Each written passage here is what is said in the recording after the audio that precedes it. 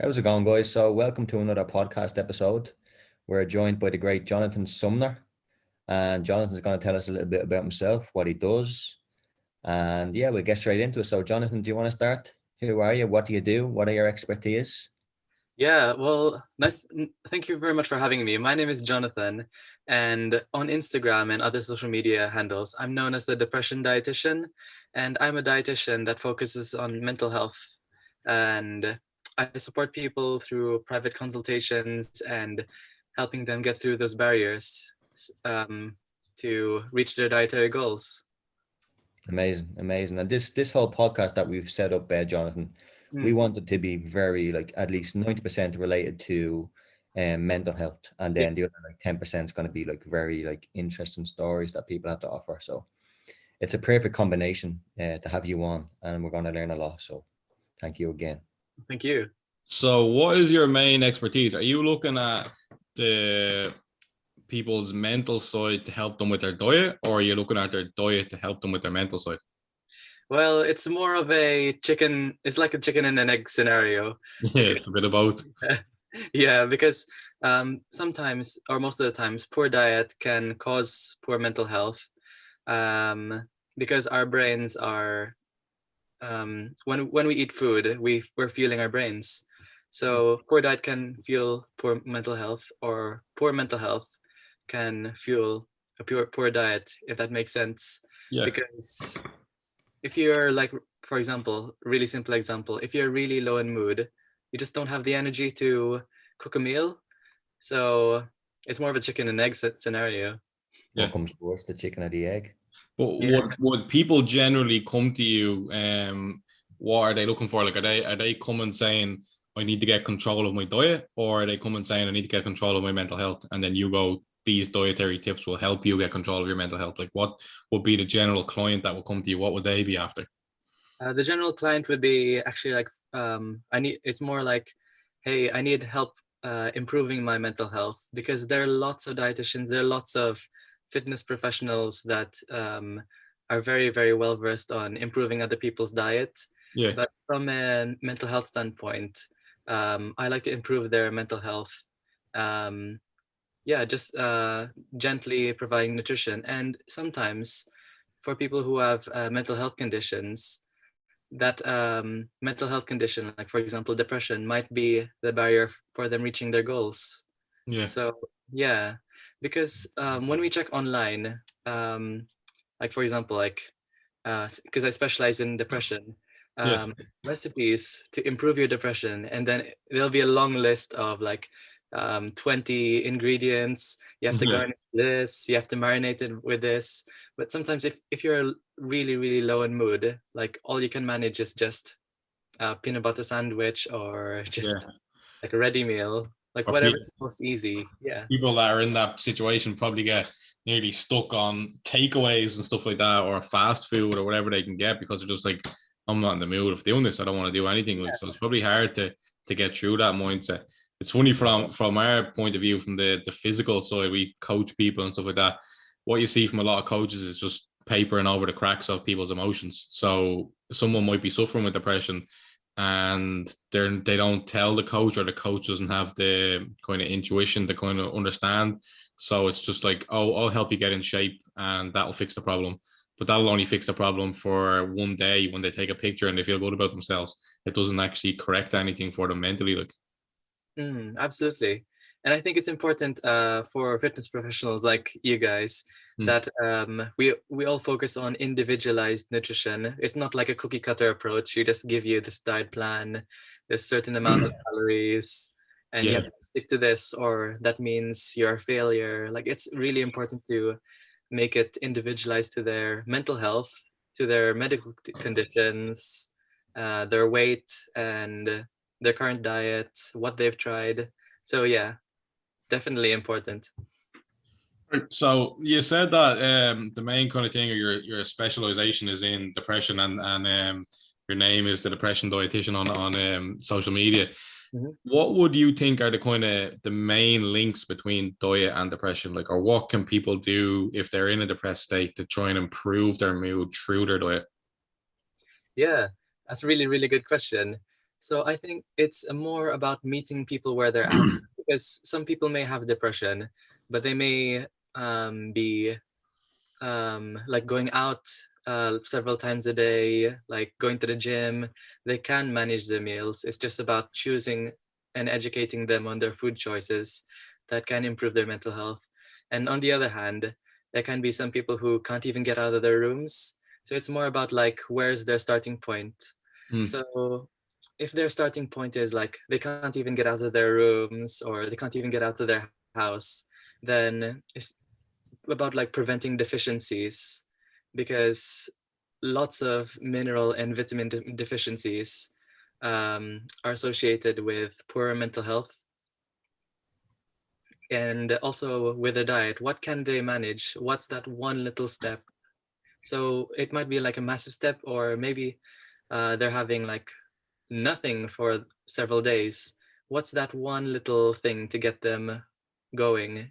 Is it just supplementing, like a little multivitamin and mineral supplement, or is it just adding a little bit of peanut butter to your toast to add that little calories to prevent you from, lack of a better word, not deteriorating, that's the wrong word. You're trying to minimize those nutritional losses while you're trying to improve your mental status. Mm. Mm. Would you deal with a lot of people that are in that situation, like they're really low to the point where they're not leaving their house, or would it be more people that maybe are functioning in society but they're also not feeling so good about themselves, they're not telling people? What would be the main client you would have? It'd be more like 50-50. Like some people, yeah, are like, that's it, I'm motivated, I can actually do this. And sometimes, and the other 50% is like more of like, oh, this is really, really difficult. Like, I just need someone to listen to me right now. And that's that one step I need, because there's no one else there. And I need someone to listen to me, and I want to improve my diet. So like that little step, like the bringing them out of that pre-contemplation stage to the point where, okay, I'm actually acknowledged, and someone recognizes my struggle. That's what I need to move forward. So it's more of 50-50. Yeah. If we separate them into the two, if I'm someone who is going to work, I'm getting up every day, I'm going to work, people think I'm okay, but I'm not okay. And I'm putting on weight maybe over the years. I don't feel so good about myself. I have no dietary structure. Maybe my job is stressful and I'm coming home and just getting a takeaway, not getting much great nutrients from takeaway or whatever. And snacking on bad foods, chocolates and crisps and stuff like that. If I'm someone that's in that, because I would say there's a lot of people in that state that function in society and seem like they're okay, but deep down they're not, and they know they're not okay, but their friends and family might not. If someone was in that situation, what would you advise them to do? Like, what would you say, what structures would you try to put in place first, or what meal changes would you make rather than having a takeaway or a quick meal? What would kind of be the first structure you would do to help someone like that? Really, really good question. That's really, really common and really, really big. So from a dietary point of view, it's more about, because often we see like on Instagram, like the perfect diet, whatever that is, like what I eat a day, perfect salads. But we often think like, okay, they often think, other people think that they have to reach this goal. They have to reach this really, really soon. But what's really, really important, and as fitness professionals like you guys, like it's about those little changes that lead to prolonged habits. So there's this thing called SMART goals. Have you heard of those? Yeah. No. It's an acronym, more of like, so SMART is sustainable, measurable, achievable, realistic, and timely. So in long story short, it's about those little changes. So let's say, for example, someone has takeaways 3 times a day, and they're drinking like full sugar Coke maybe 6 times a day. What else can I add to the example? Let's just start there. Snacking on crisps and chocolate and stuff like that, not Yeah. anything nutritious. Yeah, so it's more about like pointing out to the service user, like what's that little thing you can change? Like if you're having 6 Diet Cokes a day, 6 sugary Cokes a day, then what's easiest for them? Maybe they can like swap to Diet Cokes. Maybe they can like reduce it by just 1 can less. And maybe once those little changes are done, you can progress to like, okay, now you can tackle on the takeaways. So are they having so they're having 3 takeaways a day, maybe reduce it to 2, or if they're not ready for that, maybe try to choose a takeaway that has more vegetables in it and more fiber, more protein, and less salt. It's all about those very, very little changes. I know it may sound really, really small, but in the fitness world or in the health world, for example, you're looking for weight loss, like maybe swapping those 6 cans of Coke to a Diet Coke will put you in a deficit, and that's all you need to have that weight loss. So whatever the goal is, it's all about small little changes. Yeah, that's why I asked this, because we come from the fitness world and it's all just about quick fixes. A 6-week transformation, a 12-week transformation, get someone as lean as you can or lose as much weight as you can in a fast time. But I don't feel like that actually corrects the problem. I feel like they're just papering over the cracks there. Like, so it's interesting to get from the view of someone that's qualified as a dietitian rather than a coach. Because if you think about it, I don't know if you're aware of this, but a lot of coaches, they probably cover anywhere between 4 and maybe 20 hours of nutrition in their whole course. Really? So the nutrition is not, they're not nutritional experts, you know, and especially when they're fresh out the gate, when they come out, and a lot of coaches will do their own research afterwards, or they'll do nutrition courses afterwards, but a lot of them don't. So especially when they're fresh out the gate, they don't know anything about nutrition. They know very little. When you're qualified as a personal trainer, you're qualified to physically train someone. You're not qualified in really dietary stuff, you know. So it's interesting to kind of hear from your point of view, or to bring awareness, because what you do is probably not as popular. The training thing is more popular, and we're seen as the experts in people's diets, but we're not really. So it's interesting to hear from your point of view of what will actually help people. This is what, if you cut the Cokes to Diet Cokes or less sugar, you're trying to build habits that are sustainable for the rest of their lives and take them out of a depressive state, rather than just give them a quick transformation, a quick fix that will probably rebound just as fast. Yeah. That's really, really shocking.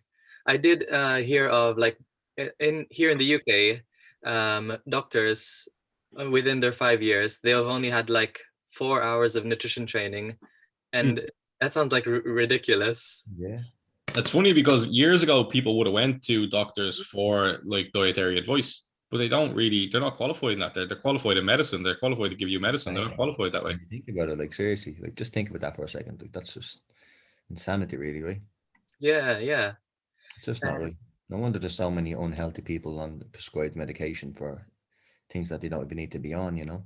It amazes me because people should be seeking more help from dietitians. You know, they run the coaches and they run the doctors, but not many people actually go to dietitians. It's not a popular field yet. You know what I mean? I think it will be, but right now it's not.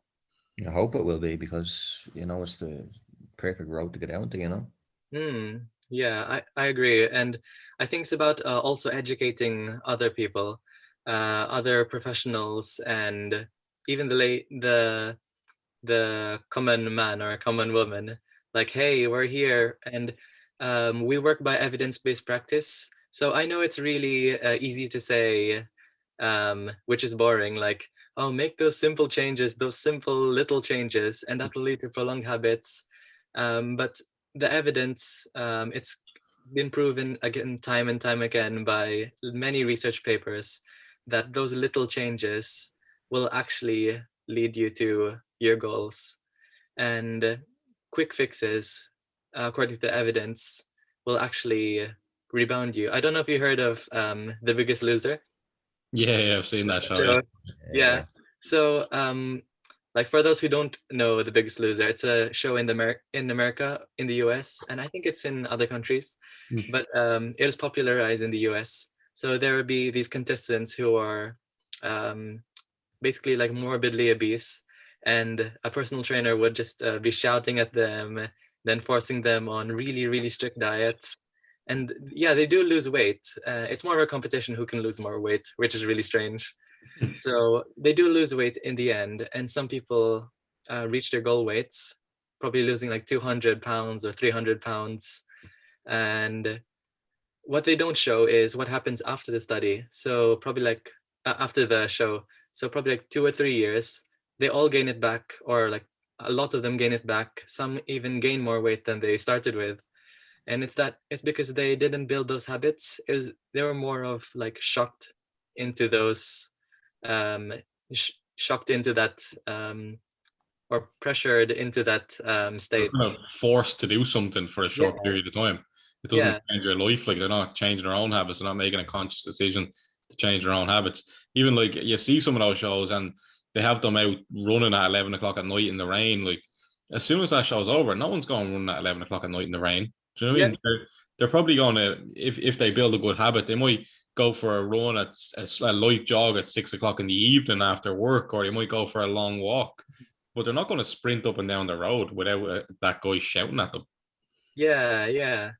And even like I know you guys are like fitness professionals, and most people see you as a professionals, but since even professionals, like you don't have like someone shouting over you, or I only assume like you don't sprint in the rain every day or wake up in the morning. And And I think like there's different types of coaches. We're coaches. There's a reason that we have you on here, and we're open to have these discussions. And we will tell you that we're not the most qualified people in nutrition. I actually done a year of sports science, and we done nutrition, I think 6 hours a week for probably a whole year. You know what I mean? So we got a good level of nutrition in that. But when people qualify as coaches, when you just do a personal training course, it's either 4 or 6 weeks, and it's all based on the physical side of training. There's no kind of diet end. But we are interested in that stuff, and we don't tell people that we're experts in diet, or we don't tell people that they have to have a perfect diet. I myself don't have a perfect diet, and I put that out there. But then there's a total flip side where coaches will pretend to be experts on diet. They'll do steroids, or they'll do stuff for themselves to make themselves look completely immaculate all year round. And they'll give people the false hope that that's the way they can look. So when they come in, they go, "Oh, this guy looks like that all year round. I want to look like that all year round. He says he's an expert in diet. He gives me this advice. If I do that, I'll look like him." But they don't tell you the other side, that they're taking steroids the whole time. So when that person then tries to look like them, they don't do that. It's not achievable. It's not attainable. And we don't need to look like that. We don't need to be 8% body fat for every day of the week for our whole lives. Like, do you know what I mean? yeah, So we're personally more open to that kind of viewpoint. That would be our viewpoint. But there's a lot of people in the industry that kind of ruin it for people like us, and scare people away, probably, you know. Big yeah, time. And Jonathan, sorry to just touch on it. Lee has ventured more into the personal training side. I wanted to become that, but then I ventured more towards anxiety and panic attacks and helping people with that. And as the body goes through that stress of fighting the panic and anxiety, like people have that for so many years, and they stop eating. They're so deficient in minerals, the cortisol, the adrenaline that's running through their bodies have depleted them so much, and then I'm giving advice to the clients I work with what works for me, like a magnesium supplement, a good vitamin B complex, yeah, water. I also tell them to do like juicing if they can't eat. I'll tell them to put some beetroot with some oats and with some frozen berries, celery, all that kind of stuff. And that's the best I can give them. And the research that I've done is that will do the job so much, but it's still not an expert level of advice. If we get into if they went to someone like Jonathan, they'd be able to say like, okay, what boosts my adrenals back up? What will protect my central nervous system? What will give me the strong vitamin C that I need to protect myself from, have good immunity and stuff like that. And I Googled that. If we get into the practical kind of side of what you actually do, Jonathan, if let's say Glenn has touched on anxiety there. So If someone is going through an anxiety disorder, what would be the kind of nutrients you would be looking to get in there? Like Glenn is saying, magnesium. I've heard magnesium's a very kind of relaxing, calm effect. I think Barbara takes something as L-theanine. L-theanine maybe is kind of a relaxive kind of nutrient that you can take. Takes that for sleep, doesn't it? I think general relaxation and sleep. Magnesium is supposed to be good for sleep. Is it magnesium and zinc together maybe for sleep? What if someone was going through an anxious period right now? What would be kind of maybe the 5 nutrients you would be looking to get into them? The 5 nutrients. Or 3, 5, 10, whatever you think. I'm throwing a number out there. Yeah. First of all, Glenn, you're definitely correct with like zinc and magnesium and adding a B vitamin complex to provide that extra energy. So starting from the list, for someone with anxiety, I think it's kind of like straying away from the question, but number 1 would be to avoid or try to reduce the amount of caffeine you're consuming, because caffeine can really exacerbate anxiety. More so excessive consumption. So probably like more than 300 milligrams a day, which is more than 3 cups a day. Then that's when it goes to the point of like, ooh, I'm gonna start like shaking. Heart's pumping, shaking. I haven't drank caffeine in 10 years because of this. Not because it directly made me anxious straight away, but I know that the excessive amount of caffeine makes me anxious. And Barbara, one of our friends, is the same. He was going in and having coffees, and then he'd be standing in the shop and his heart would be pumping, he'd be shaking, and then he'd get anxious because of that, so it's leading to the anxiety. So I've experienced that, and one of our friends have experienced that. So that's like straight out the gate. That's solid advice right there. That's one that we've definitely all experienced. Like, I've stopped it as well completely many years ago. Yeah. I just had tea. Yeah, it does contribute, but it's important to note that the word is overconsumption. So more than 3 cups a day is the point of like where you're actually like not getting much benefit out of it. So yeah, that's number 1, is try to avoid or reduce caffeine if you're really anxious. And number 2 is not a specific nutrient. I'm kind of like straying away from the help. At the end of the day, our aim is to help people. So whatever advice you would give in terms of dietary, nutrients, whatever you would give to someone that's going through that phase in their life. Yeah. So number 2 is complex carbohydrates. So that would be your brown rice, brown bread, brown pasta, couscous. So the reason why is what we're trying to do is trying to fuel the brain with a steady energy source and trying not to keep it keep the blood sugars like going up and down. So if you were to consume like simple carbohydrates, which would be like your donuts or cakes, you would get a burst of energy, but then a quick drop of energy. So if you have fiber containing complex carbohydrates, then you will get some energy, but it won't like crash. It'll just steady throughout the day. So your brain is getting a constant supply of energy, which is really a key factor to improving your mental health. That stabilized energy to prevent any derangements, if that's the right word. Yeah, that definitely makes sense to me. Yeah, makes so much sense. So much sense. Mm-hmm. It's one that I never thought of, to be quite honest. Yeah, same here. Yeah, it sounds really, really simple. Like for some people, like just swapping from white bread to brown bread can actually improve your energy levels. And I'm talking about general energy levels and also your brain function. Yeah, great one, Jonathan. Brilliant. Yeah. Number 3, we're going to go to monounsaturated fats. So these are your good fats, the healthy fats. So these would be like your olive oil, nuts, seeds, avocados.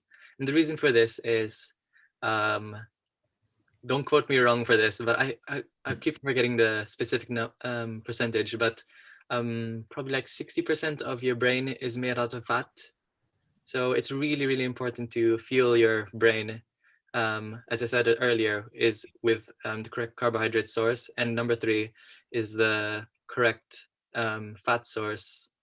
Because if you're fueling your brain with the less beneficial fats, I don't want to call them bad fats, Yeah. such as trans fats or saturated fats.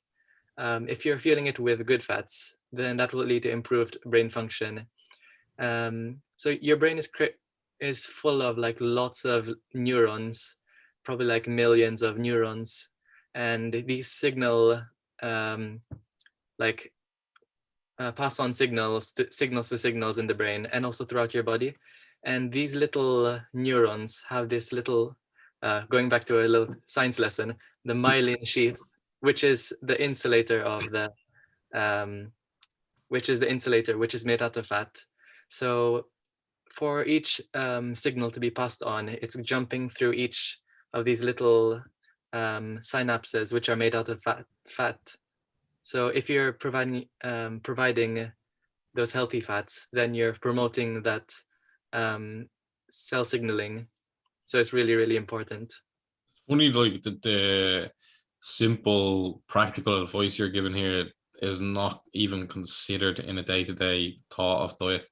People will be like, what helps me lose weight? What helps me gain weight? Why do I do this? Why do I do that? But they're suffering mentally and they actually never think of these things. Yeah.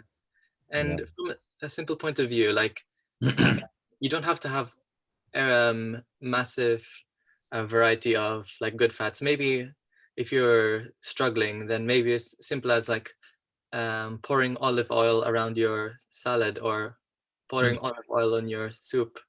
That's a really, really good way of adding like good fats. Yeah. And what kind of like amount would you be talking? Like, if someone was to just add olive oil, if they're struggling for time, they're not really focused on their diet so much, they're getting fats in.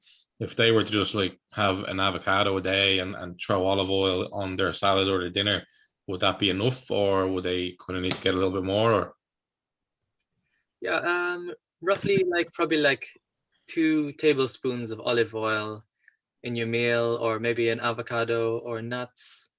It's more about like the proportion. So if you try to reduce the saturated fats, and if you can try to add more healthy fats, then you're already winning. Yeah, 100%. Yeah. I'm gonna stock up on the avocados, the olive oil, Yeah, the brown rice, the couscous. yeah. But, what comes next from there? Where are we going from after fats? After fats, am I number 4 already? So it's another tricky straying away from the question. It's not a food, it's actually water or fluids. Our brain's made out of like 70% fluid, and actually our body is made out of 70% fluid also. So dehydration can decrease the brain's performance and also our whole body performance. So it's really, really important to get fluids. I'm not talking about alcohol or caffeine. I'm talking about like water or like squash or anything, even ice cream if that's one way to get your fluids in, because it melts. Yeah, I actually got into using pink Himalayan salt years ago. I remember looking into it, and they were saying that it has like near every trace mineral that's in the body. So it was kind of adding a bit of pink salt to your water. You know, a small bit, or you can make a thing. It was called Soul or something. Is it where you put it in the water and then it kind of absorbs with the water, and then you just take like a spoonful a day or whatever. Would that come into the hydration part? Would you try to get those minerals, or would you get minerals from another source normally, or what way would you try to hit your mineral target? I don't want to burst your bubble, but it's kind of a myth, really, with Himalayan salt. I don't do it anymore. Don't worry, but I did maybe 10 years ago. That was the popular thing at the time, and I remember doing it. Like, I don't blame you. I used to get Himalayan salt also, pink Himalayan salt, but after learning a bit more, like the minerals in the Himalayan salt, to get a decent amount, then you'll have to pile on like probably like kilograms of salt to get that little bit of minerals, when you can simply like have a multivitamin mineral supplement just to cover all of that, and you get 100% of or roughly 100% of your daily allowance from that. So that would be your advice, to use a kind of mineral supplement rather than these salts. Yeah, if you're looking to get your minerals and vitamins, because salt has having too much salt can really like counteract the health benefits, because it can like increase your blood pressure and cause hypertension. And like if you have high blood pressure, then you won't be able to exercise efficiently. And I'm talking about high blood pressure, not it's nice to have some salt in your body, but not too much. Yeah. You know what, Lee? I just feel like we're not even halfway through the conversation here, and I just noticed how backwards we are as a society. You know, like, what is the average household that you walk in? There's avocados, there's... We're not thinking about it. That's what I said, yeah. Because, you know, your parents or your guardians are forcing you to eat these food, not forcing you, but like it's the daily recommendation to have your avocado, and they're making stuff with the olive oil and stuff like that. Like, it just doesn't happen. We're so far behind. It happens in certain cultures. It doesn't happen in Irish culture. But it does in some cultures, doesn't it? Like, there's places in Italy and stuff like that where people live to 100 years old, and they probably live a little bit more like that, you know? Maybe you hear we don't, or maybe even we didn't. Maybe years ago as well. Like, if you think about when we were young, Glenn, it was probably more popular to eat more fruit and veg and stuff like that. Then when the takeaways and the fast food places came in, that's when it really exploded into unhealthy stuff. Like, that was the end of that. People are probably more unhealthy now than they were years ago. I remember seeing a thing a while back that said we'll probably be the first generation to outlive their kids, because the food has become so bad now. Not that we're going to directly outlive the kids, but we might live to 100 and they might only live to 90, you know, because of how bad it's gone, how bad people's nutrition has gone. A bit shocking, really. It is, isn't it? Anything else after that? What would you be kind of looking at after that? Or, well, you just mentioned it earlier, like fruits and vegetables. I know it sounds really simple, and all of these advice sound really simple, but nutrition is actually that simple. There's no single magic bullet to improve your health or even your mental health. So fruits and vegetables are packed with fiber, which goes along with the complex carbohydrates to regulate your blood sugars, and also vitamins and minerals. So like deficiencies can really affect your mental health negatively. So it's interesting that you mentioned like about diets, about like in Italy or other places, because I don't know if you've heard of the SMILE study. No.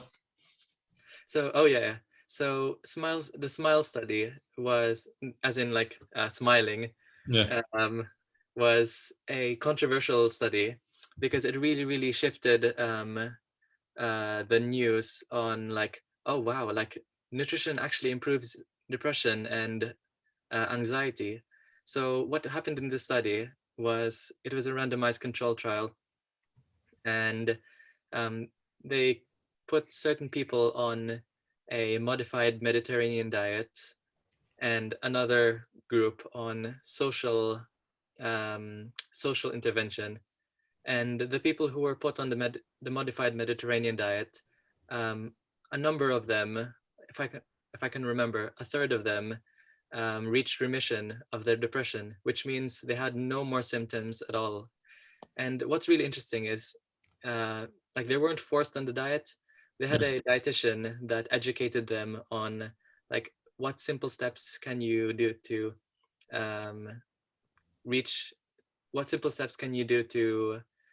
get one step closer to a Mediterranean diet, which is like lots of fruits and vegetables, whole grain carbohydrates, lots of good fats. So the participants were just educated, and then it was just like, you do what you can do, and then let's see what happens. It's nothing strict. And then that actually led to a remission of their depression and anxiety. So that's really interesting. Would that diet consist of basically kind of what you're telling us here? Maybe. Yeah, exactly. Fueling the brain and adding proper nutrients to the body, like getting rid of deficiencies. Yeah. Like, oh, this is so simple. It's so simple. But then again, if you put a bottle of water and a bottle of Coke in front of someone, it ain't so simple. Yeah, Yeah. start drinking that It's Coke. all about your decision.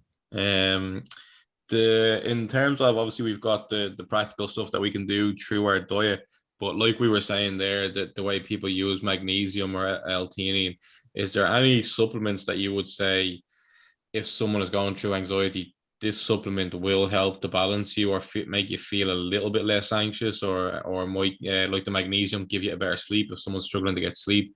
Is there anything like that that you'd say like this particular kind of supplements would help with that? Like, Yeah, definitely. Like I think just to cover all your bases, I would usually recommend a all-in-one multivitamin and mineral supplement. yeah, So speak to your doctor if if you have a medical health condition where you can't take a multivitamin and mineral supplement. Yeah, yeah. but I would recommend that, and on top of that, a vitamin D supplement.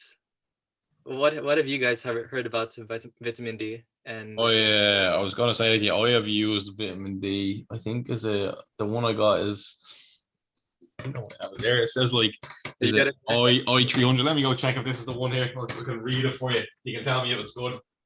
Yeah, I got it in a spray before. Oh, is it like one of the sprays where you spray into your tongue? Yeah. Oh, Oh, okay. this is the one I have. It says that it's a Give us a 10,000. close up, Jay. Give us a close up. It's a, I don't know if you can see this, can you? Yeah, we can see it. Yeah. So it says this is on Barbara's advice. It's vitamin D3 and it says 10,000 IU. I don't really know what that means. I just went on the advice of one of the lads. Is 10,000 IU, is that like, what does that mean? Is this like, what is this benefit me? That's another unit for, so 10,000 IU is the same as 10,000 micrograms. So that's actually perfect because vitamin D3 is the best form of vitamin D that you can absorb. And I don't know if it's the same in Ireland. Is that where you guys are from? Yeah. I'm only assuming. But like in the UK, everyone's recommended to take a vitamin D supplement from October to March because I don't know if you guys know, The less sunlight.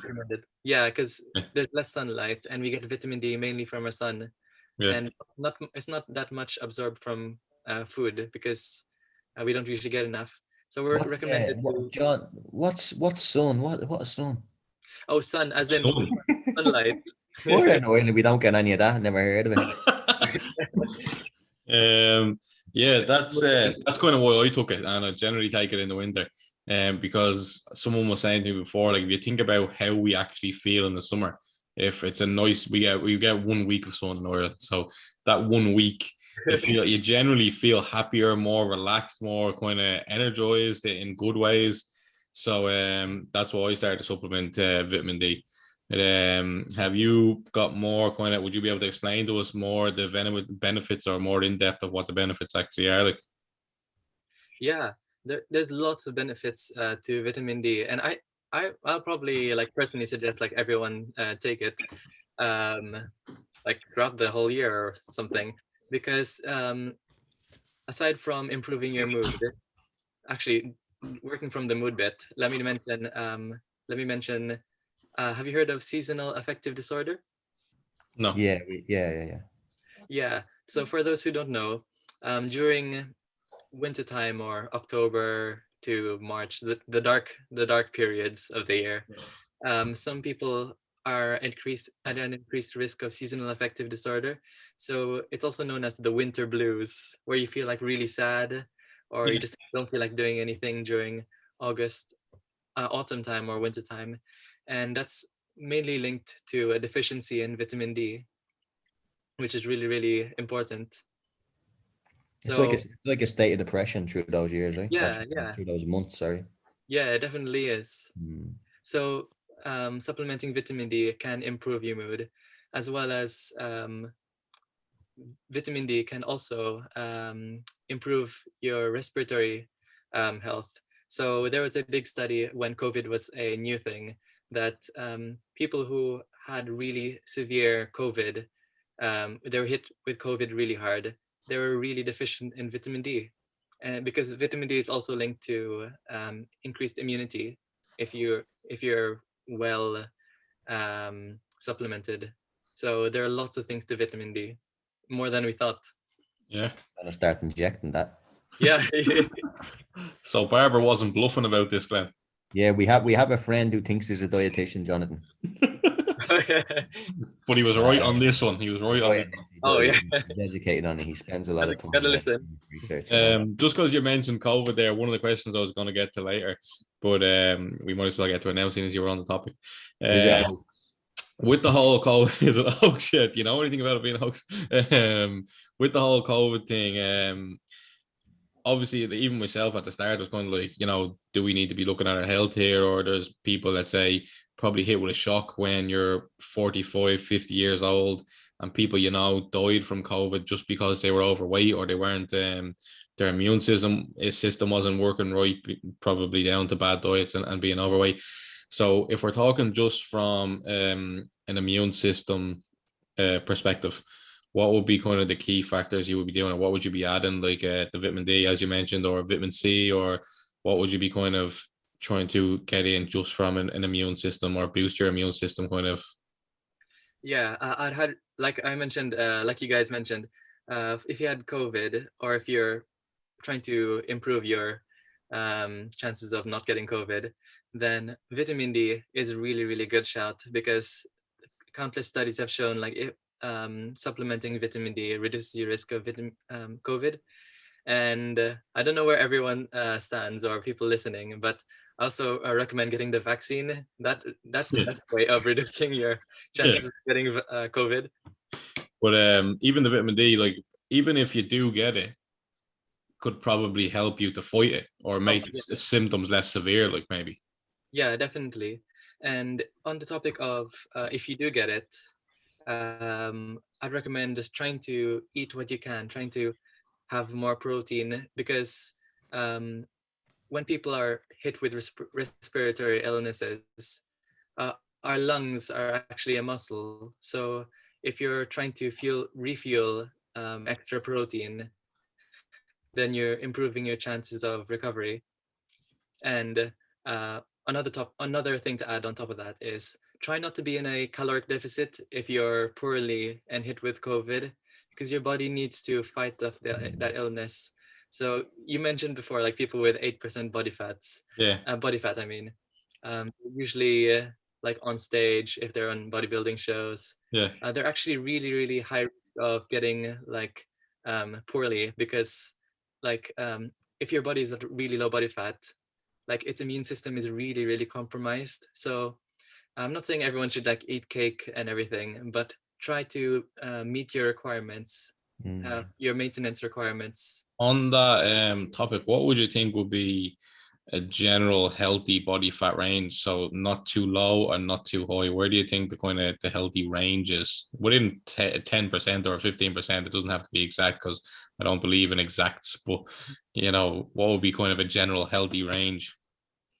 Oh, it's a really controversial question, because there are some people that believe in like health at every size and everything, but roughly the healthy range is more of like around 10% to 25%. And I know it sounds like a bit high. Yeah, so what I'm talking about here is where you're not taking your health into a risk. So if we go above 25 or above 30 even, let's say, we're obviously going to add the cardiovascular disease, the risks of heart disease. Those factors come in above 25, 30. And then below 10, where are we taking our immune system is taking a beating down that level. So that's what I mean. Just kind of a healthy range, you know, like what will be the risks? Like, you know, obviously we have the risks of heart disease and stuff like that above. What do you think are the main risks of being below? Because here in Ireland, it's become so popular right now for people to be hitting that low level. For males, maybe trying to hit 4 to 6% body fat, and females probably 14 to 16. What are the kind of health risks at being down there, or what's going on when your body's down there? Yeah. Oh, yeah. The health risks. Definitely, if you're really, really low, I guess like mentally, you can't stop thinking about food. Um, you're actually, from a fitness standpoint, like if you're low body fat, I think you guys would uh, know that like you're much weaker in the gyms. Some people assume like just because you have 6-pack abs or even an 8-pack that you're actually like really, really strong, but that's actually the weakest they've ever been. Yeah, Because, performance drops. yeah, and also like reproductive health. Like when you're, how can I say this nicely? When your body is trying to preserve energy, let's just say it just doesn't want to. You don't. How do I say it nicely? You You don't can want to say get what it up. you can say what you want, Jonathan. We don't care. We're open to whatever. I know what you're trying to say. People don't want to have sex when their body fat is that low. Yeah. Your sex Libido, drive is completely non-existent if you're like really, really low body fat. Is there physical issues with that? Like, so let's say females trying to be at that, or maybe too often trying to be at that. Maybe if someone does it once in their life, maybe it's not a problem. But for females trying to get to that 12, maybe a female body fat is usually probably, let's say, 10% higher. So when they're trying to get between 14 and 16 for a female, and they try to do that 3, 4, 5 times a year to compete or to do whatever they're doing, or to impress people on Instagram, is there actual physical issues that come with that, like in their reproductive system? Is that affecting their reproductive system overall, and could it affect them being able to have, babies in the future or whatever? Yeah, definitely. Like it's really, really.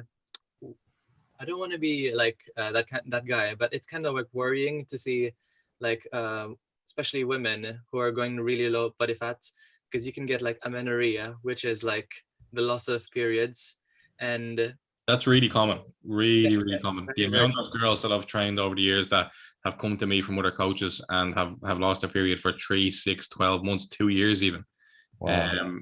And these are girls that are at 18 to 20% body fat, not 14 to 16. You know what I mean? So yeah, I can see how that low would be even more of a risk. yeah. It's really, really worrying, because yeah, like because like media is like promoting like, oh, you should have like 6-packs. Oh, I wish I was like this person who has 6-pack abs or 4-pack abs. But in reality, you don't actually look at like what's happening. Like they lost their periods. They probably have like an eating disorder, binge eating. They're probably like the lowest of their life, their point of their life, and then we're like glorifying that. Yeah, So artificial, right? I have a major issue with this. You know what? Like I always say to people, when they do it, I know people that have been trying to do it and coaches that have been trying to do it, and I always say to them, right, even if you feel like you can get there, for me, it's a mental health risk straight away. For you to push yourself there, I feel like you're telling yourself that you only are acceptable at that level of body fat. So how do you feel when you leave that level of body fat? A lot Yeah. of when bodybuilders get that rebound where they feel depressed after because they don't like how they look after they don't look like that anymore. And you're setting yourself up for that. So even if you do feel like you're mentally stable enough to go through that, yeah, when you put that out there and one of your followers decides to do it because you did it and they're not mentally ready, you know what I mean? Do you drive someone to an eating disorder? Do you drive someone to anorexia, bulimia? Have you had an impact, or have you been the link that made that person do that? So for those reasons, I just would never do it. If someone came to me tomorrow and said, I'll pay you €5,000 a month to get me to look like that, I'd be like, no, take your €5,000 and go out the door. I don't want it.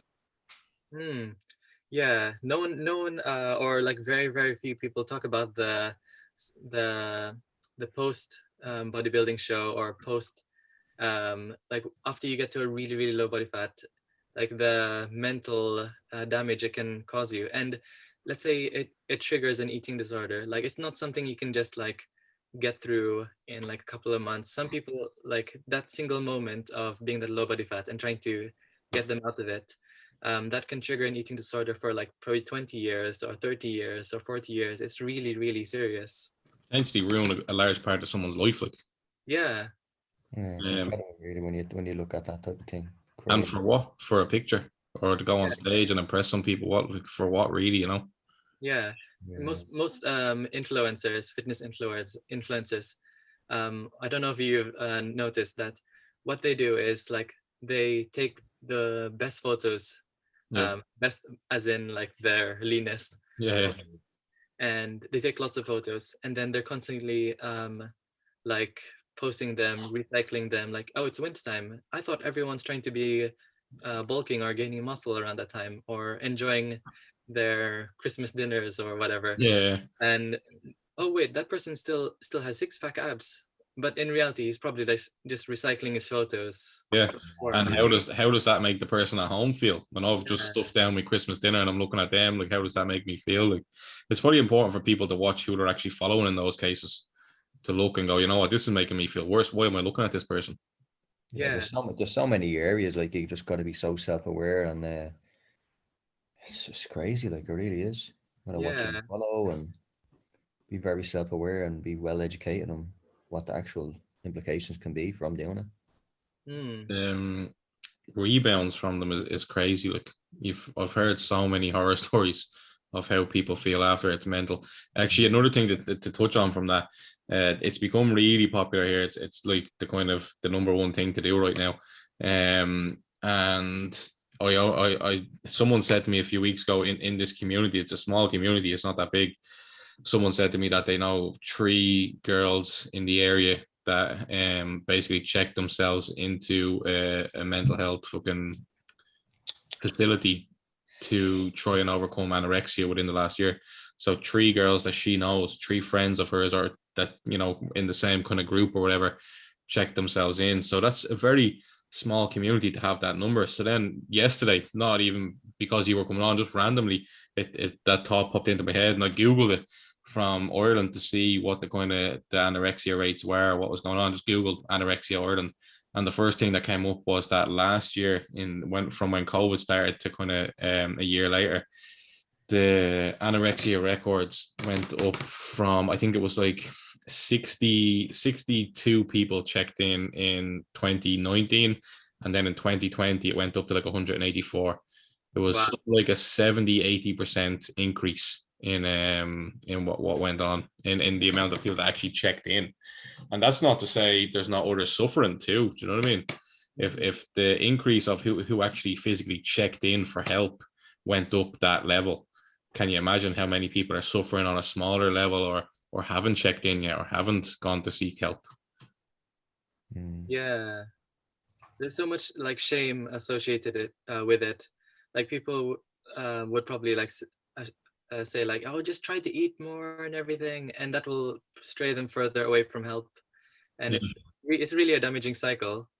It's funny. I had this conversation with someone before as well, where it's a nice thing to say, or people think it's an okay thing to say to a girl. Oh, you look so skinny, and all. What are you going to the gym for? What are you doing this for? You look great, and all. You look so skinny.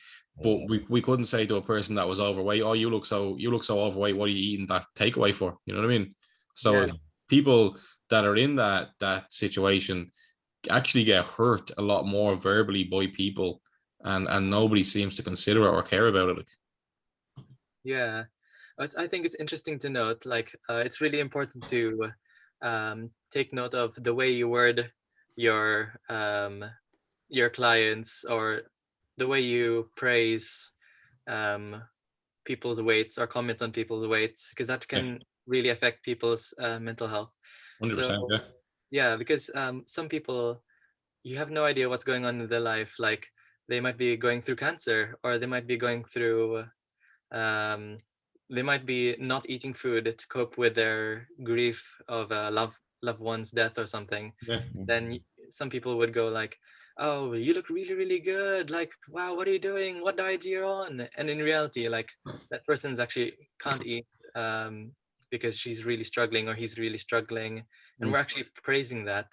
So it's really important to avoid those comments and try to switch it to, instead of saying like, oh, well done for losing weight, try to change it to like, oh, I really love your consistency, or I really love the way you're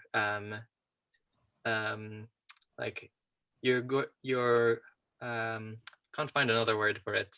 Your eyes or your hair or something, you know. Yeah, like your hair, or I love your hard work, I love your determination. We try to change it into those kind of words instead of commenting on the wait. Yeah, people like I love your energy, or I love your Yeah. stuff like that. Yeah. It's very interesting. It's funny that people don't even consider that. Even coaches don't consider it when they really should, because you're seen as a person of influence, and your words can mean a lot more than the average person. Absolutely. Definitely. The last couple of things I wanted to touch on with you was kind of emotional eating. So when people maybe eat when they're stressed, or eat when they're feeling low, or eat when they're celebrating, even there's a lot of eating comes around the way our emotions go up and down. Would you have any tips for someone to try and control the kind of emotional eating? Because this is something that's become big in a coaching aspect, and I see a lot of coaches talking about emotional eating, and I'll help you with emotional eating and blah blah. And I'm like, well, are you really qualified to do this, or like what is your tips here? So from someone that does work in this industry, and someone that is a dietitian, what would be kind of like things that you would do to help someone that's struggling with emotional eating? From the point of emotional eating, do you mean like binge eating?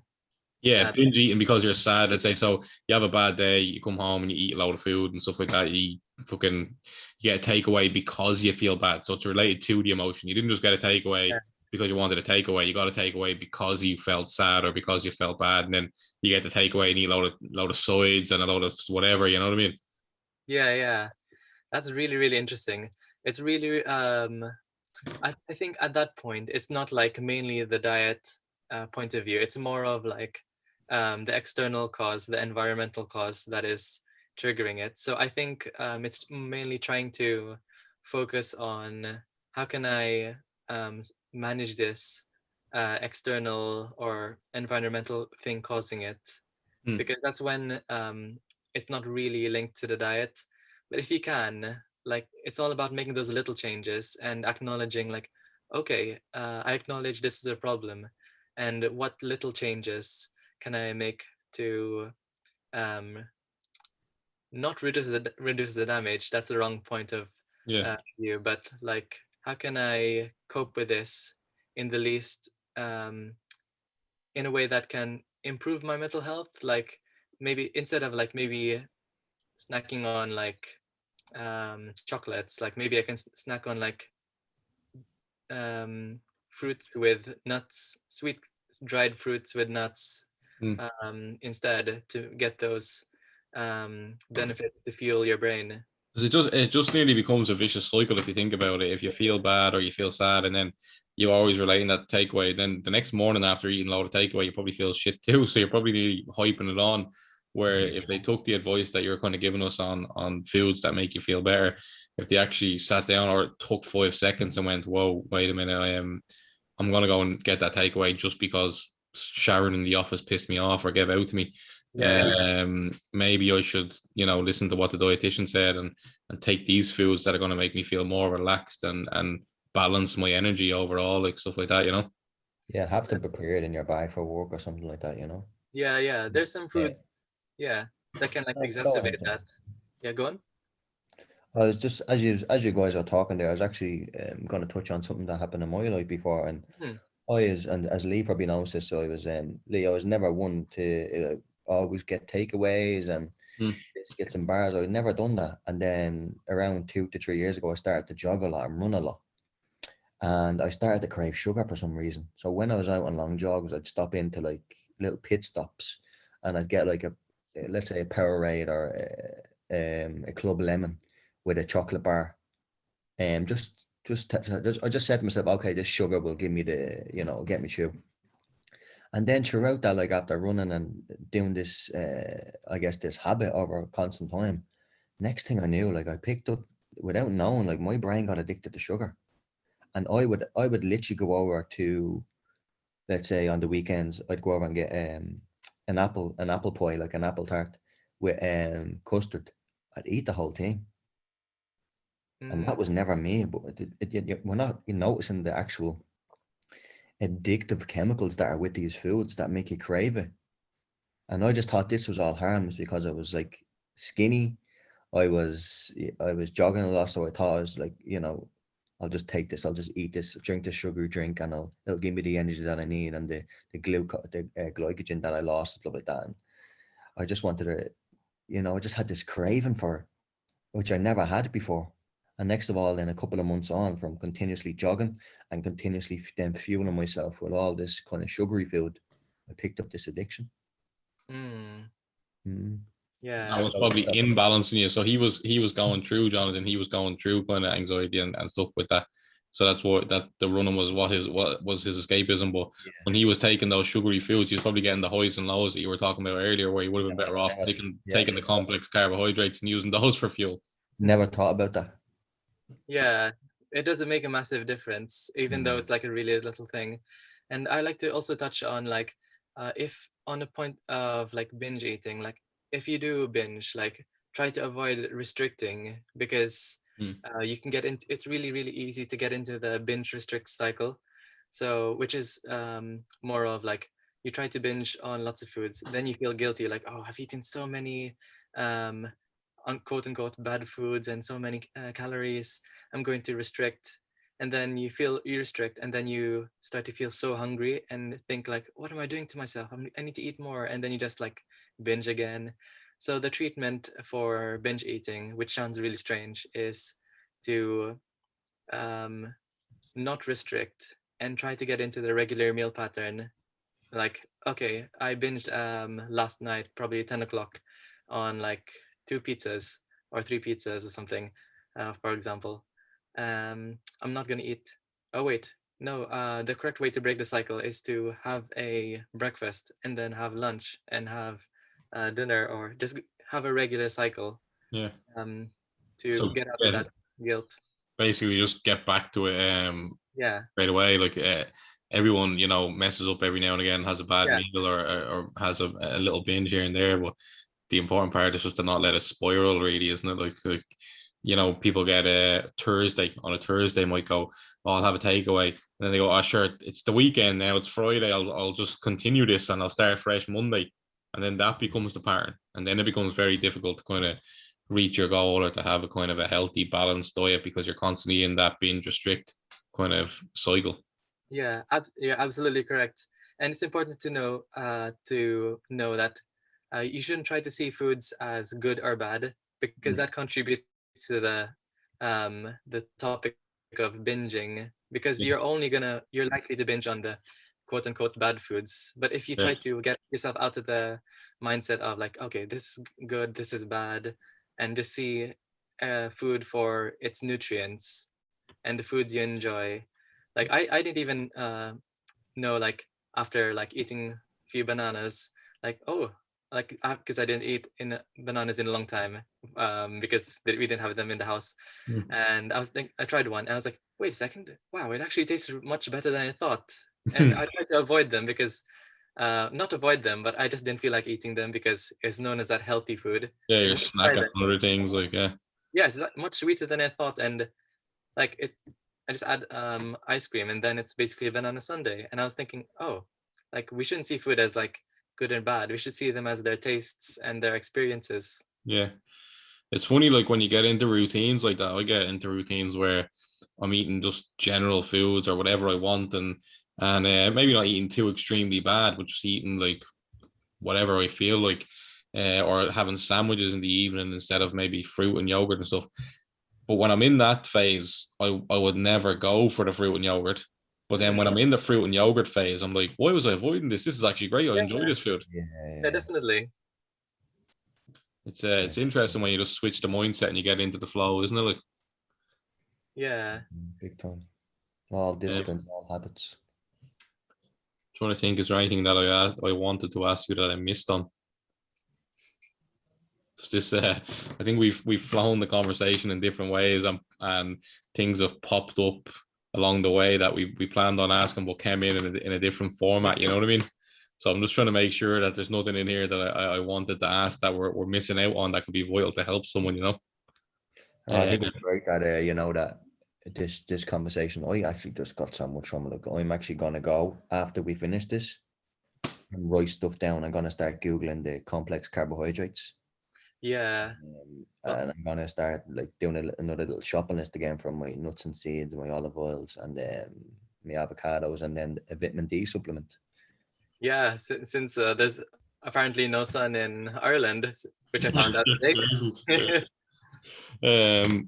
I think, I suppose another thing I wanted to ask you, kind of, you touched on there with the good foods and bad foods, but what kind of advice would you have for someone that has food related anxiety?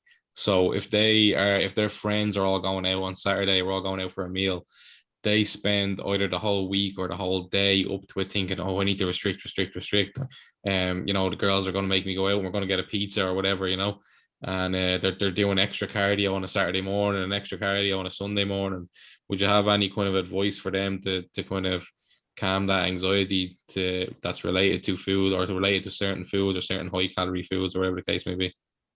So, like, just so I heard the question right, is it more of like they're trying to save, for example, save calories for a particular event, or they're trying to like I don't compensate? even, no, not even, not, I think on a more extreme level. So I have no issue with people maybe saving 100 calories a day to have a bigger meal on a Saturday. That's perfectly normal.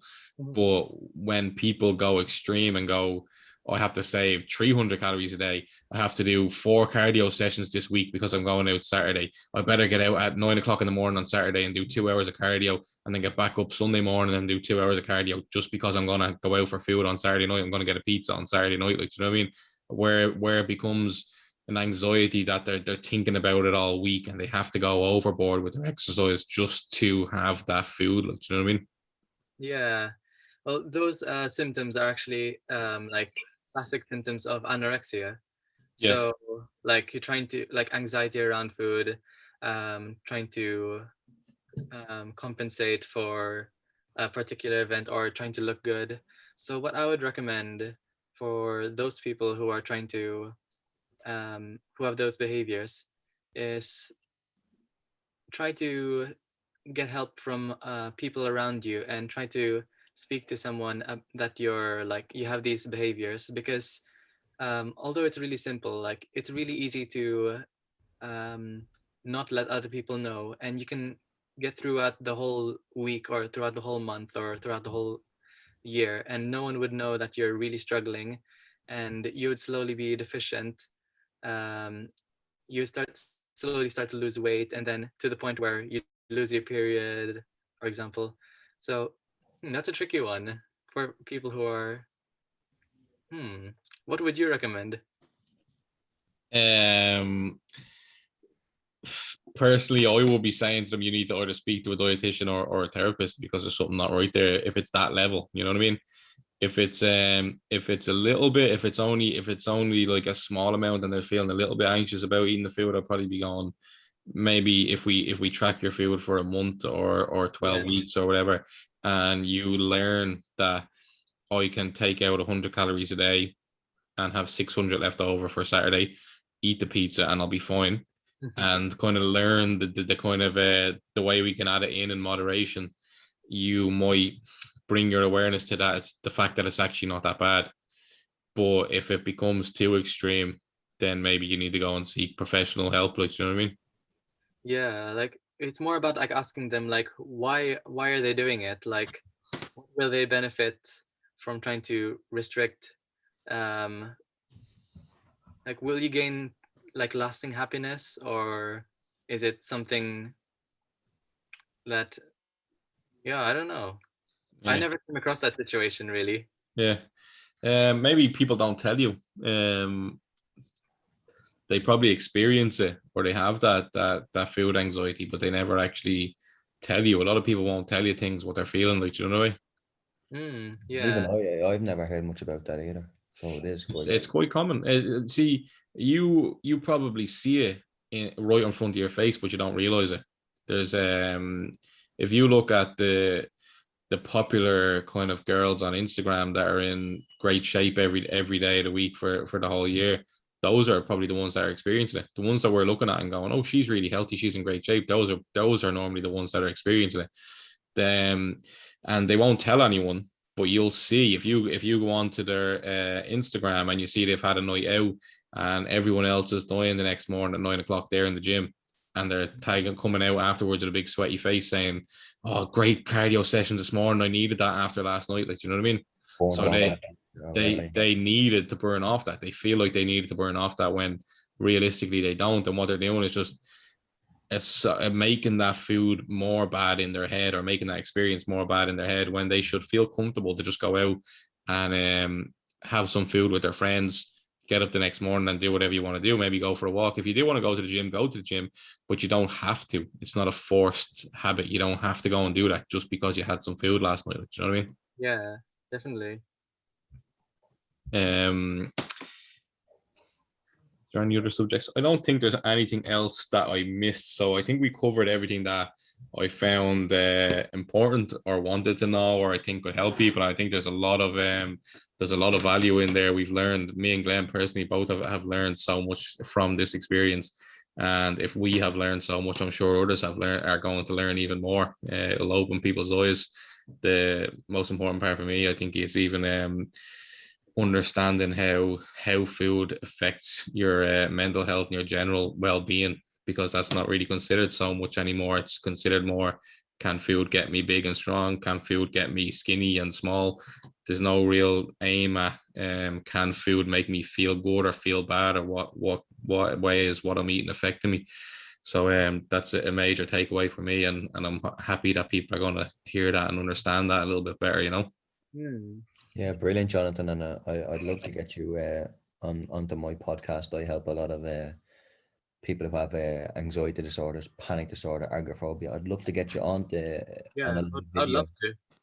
Yeah, so we'll talk about that after this, and we'll try, because I'd love to get your expertise on it, and because I had anxiety disorder for 10 years. And I was like not studying nutrition through college, but studying it online. What helps with this? What helps with that? What helps with this? And I came across my B vitamins, my magnesium.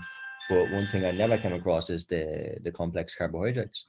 So I would love for you to come on and give people, I guess, some general information on what they could be doing, because I have some clients who can't even eat at the moment because they're so sensitized. So an interesting thing to do there, Glenn, will probably be an Instagram live. So yeah, that's what I mean. Yeah, that's what I mean. Give people a week's notice, maybe get some questions in advance, and then let people ask questions live too, because your page is all directed at this. So it'd be an interesting thing for people to learn from. Be fantastic. That'd be fantastic. Yeah, definitely. We'll get in touch after this anyway. But Jonathan, just by looking at you like on the podcast, great guy, fantastic, great knowledge. We're really happy to have you on. It was so insightful, and thanks so much. I think a lot of people will get stuff from this, and you could probably trigger something in some people where, you know, food just isn't about looking good. It's the brain. It's you know, it's so important. Yeah. So I think we'll leave it there. Thanks again for coming on, Jonathan. We've learned so much. It's been great, and it's definitely going to help a lot of people. Oh, thank you, Glenn and Lee.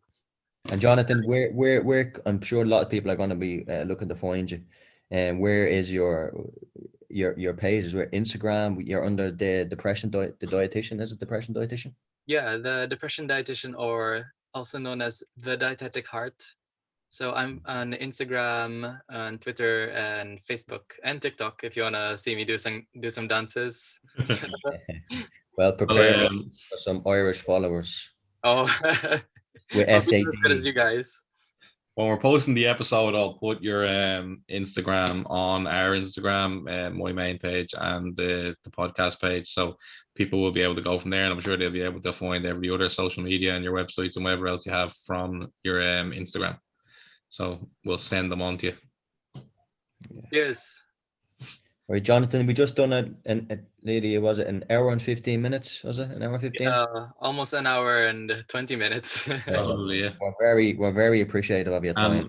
I feel like we could have continued to ask you if we allowed the conversation to flow. I wanted to cover the main points, but if we were to continue to ask you stuff that we were interested in, this probably would have went on for about 2 days. So yeah. Go on forever. Have you got another hour there, Jonathan? I'm only joking. Thanks so much, man. I appreciate it. Enjoy the rest of your night, all right? You too. Thanks a lot, Jonathan. Speak to you soon. Bye.